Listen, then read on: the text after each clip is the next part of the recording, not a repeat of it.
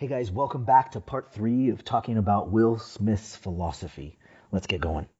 Hi, my name is Michael Johnson. I'm a ballroom dance professional, a life coach, and a peak performance expert. I'm part of a group of motivated people who are dedicated to attaining emotional mastery and unlocking our full potential. We don't believe others are responsible for how we feel. In fact, we don't believe anyone can make us feel anything. We believe in the magic of ballroom dance. It has taught us how to improve our bodies, challenge our minds, and inspire our souls. And in return, I want to share those lessons with the world. We are lifers, and this is Magic for Life. What's up, lifers? Michael Johnson and the Magic for Life podcast here. Welcome back to part 3 of us talking about the Will Smith philosophy.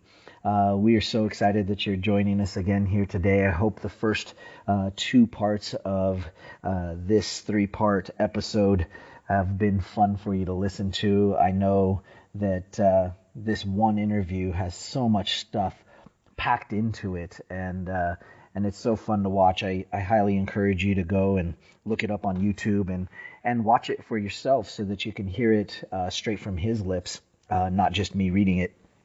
It's a great interview, and there's just a whole lot of really great ideas and concepts packed into one little interview. I'd like to jump right in and get to that last part. This last section is a little longer than the other 2, but I wanted to kind of pile it all into this last little piece and chat about it for a little bit. So I'll jump in. I'm going to read it to you for a bit, and then we'll talk about it for a little bit after that. So as he continues, he says, Confucius says that he who said he can and he who says he can't are both usually right. Being realistic is the most commonly traveled road to mediocrity. Why would you be realistic? What's the point of being realistic?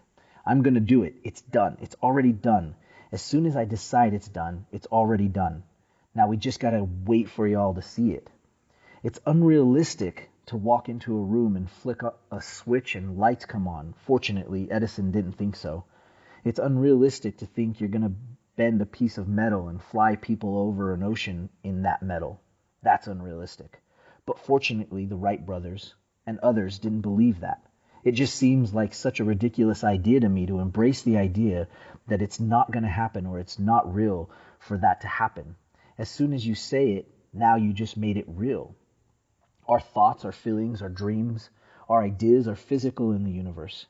That, if we dream something, if we picture something and commit ourselves to it, that is a physical thrust towards realization that we can put into the universe, that the universe is not a thing that's going to push us around, that the world and people and situations are something that are going to push us around, that we are going to bend the universe and demand that the universe become what we want it to be. I studied the patterns of the universe. There's a redemptive power that making a choice has, rather than feeling like you're at effect to all the things that are happening. Make a choice. You just decide what it's going to be. Who are you going to be? You just decide. And then from that point, the universe is going to get out of your way. It's water. It wants to move and go around stuff. There's a flow of the universe that I've grown to know just how to go with it. I've realized that to have the level of success that I want to have, it's difficult to spread it out and do multiple things. It takes such a desperate, obsessive focus. You really got to focus with all of your fiber and all of your heart and all of your creativity. I'm motivated by fear. Fear of what? Fear of fear. I hate being scared to do something. I think what developed in my early days was the attitude that I started attacking things that I was scared of. There's so many people who have lived and died before you. You will never have a new problem. Somebody wrote the answer down in a book somewhere. Just the idea that everything you need to know, someone has written it down. You can't be scared to die for the truth. The truth is the only thing that's ever going to be constant, and you can't fear what might happen if you were to tell the truth. Because what happens if you don't tell the truth is worse than telling the truth will ever be.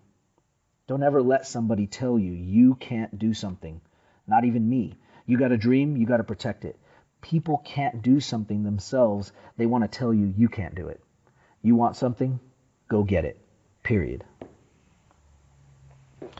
What a cool interview. That's the end of this passage of writing. I think there's maybe some more to that interview. But like I said, I highly encourage you to go and look it up on YouTube.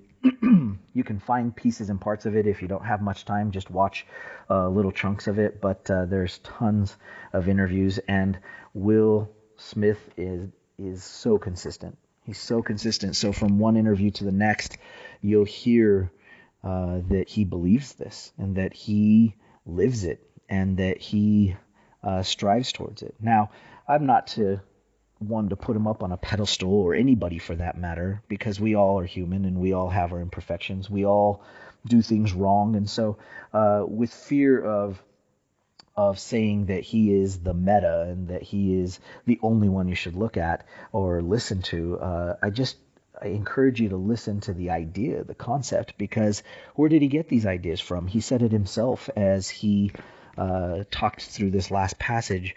There's probably not a problem that hasn't been solved or written about. Through all the years of books and information that's out there, somebody has written about it. Somebody has talked about the problem that you're going through at this point in time.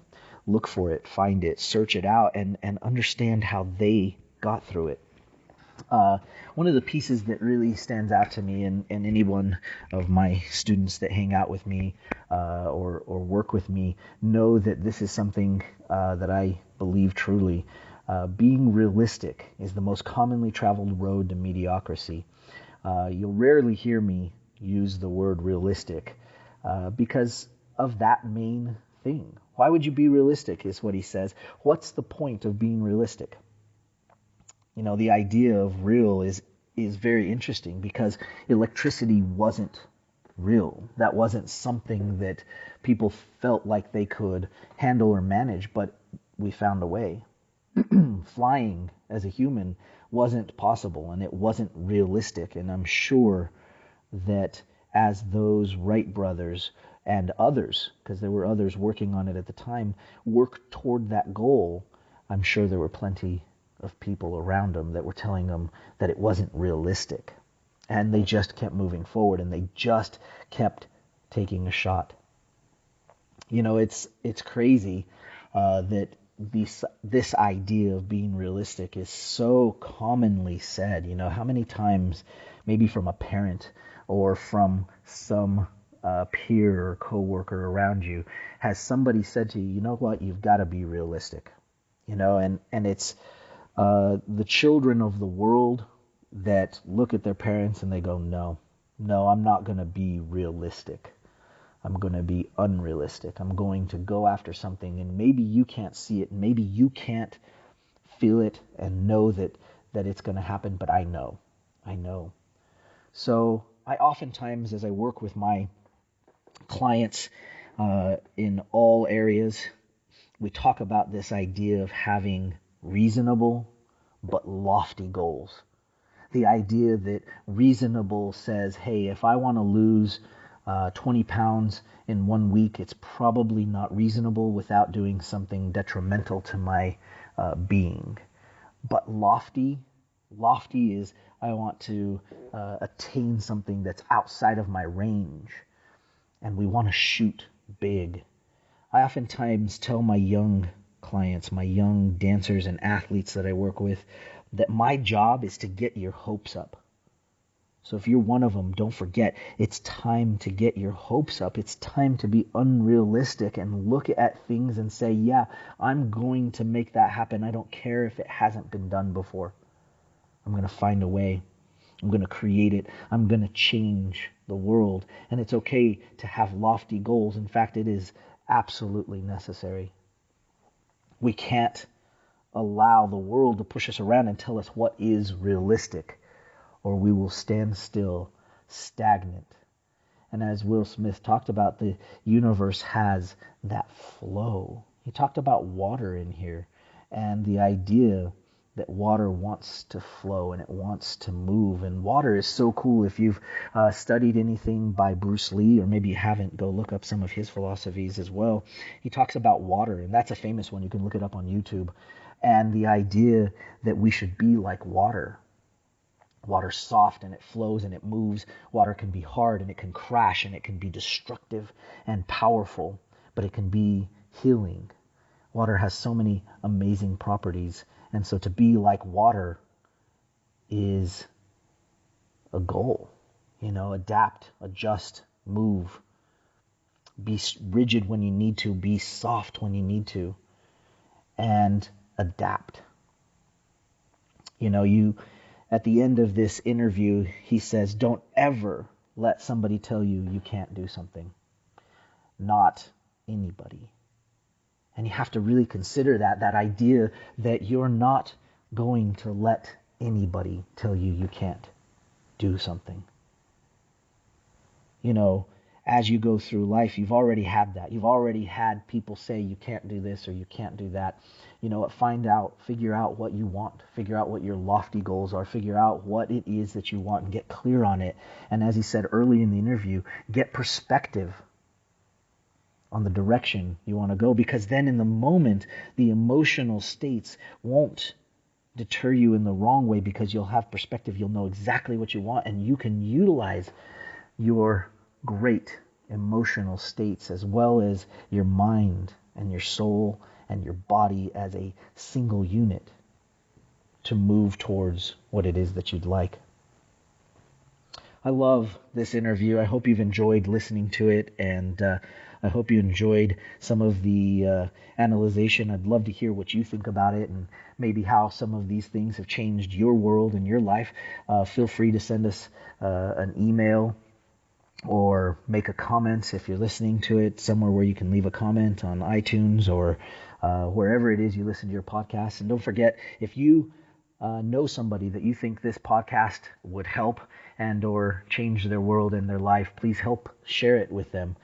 Send them a link, send them a way to listen to it, because we just want to make some good, positive changes in the world. We want to help people attain their peak, and we want to help people get into a new place where they can become a lifer and really care about the improvements that they make on a regular basis, constant and never-ending improvement. You see, every minute is something we've got to enjoy. Every minute. We've got to be able to go out there and live our life to the fullest. Every second, every minute. We'll see you on the next podcast, Lifers, and thank you so much for joining us. We'll see you next time. Are you loving Magic for Life? Please like and share our podcast on iTunes or wherever you listen to your podcasts. Want more magic for your life? Join me for some great Facebook Lives on the official Facebook page at Michael A. Johnson Official.